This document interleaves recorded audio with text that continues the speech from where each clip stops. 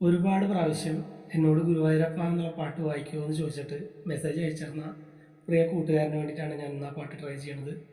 S P B സാറും ഇളയരാജ സാറും കൂടി അതിമനോഹരമായിട്ടുള്ളൊരു തമിഴ് പാട്ടാണ് കേട്ടോ.